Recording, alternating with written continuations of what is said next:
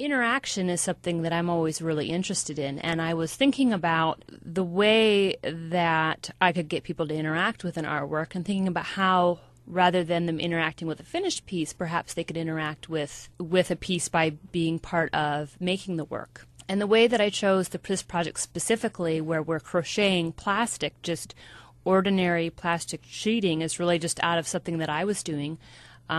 Over this past summer, I was working at home.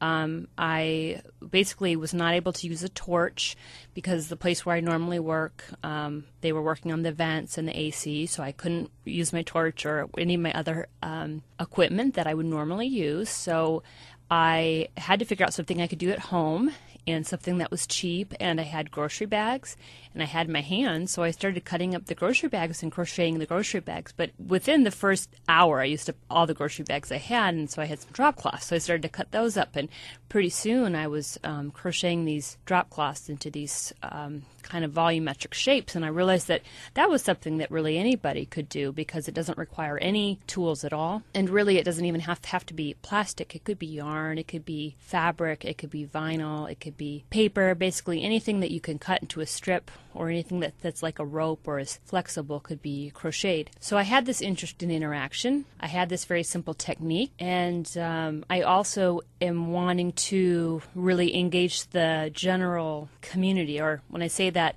I'm interested in involving people who might not normally be interested in contemporary art and exciting them about it. So this project grew out of that. It was an opportunity for me to involve all of these different aspects of the things I'm excited about in one project. So the quilting circle is certainly a historical phenomenon, and women would gather and they would quilt, and often they'd be working on a quilt for a specific family or for a person's bed, but it was also really a place where they got support, where they could talk.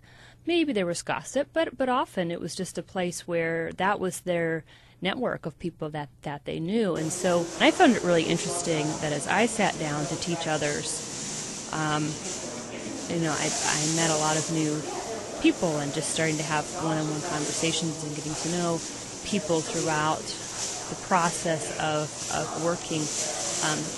We had about 3 or 4 crochet circles every week when we would meet, and people could learn to crochet. And so that was an opportunity both to learn, and for those who had learned to then teach others, but also just to sit and talk and get to know people. So I found that to be a really interesting experience.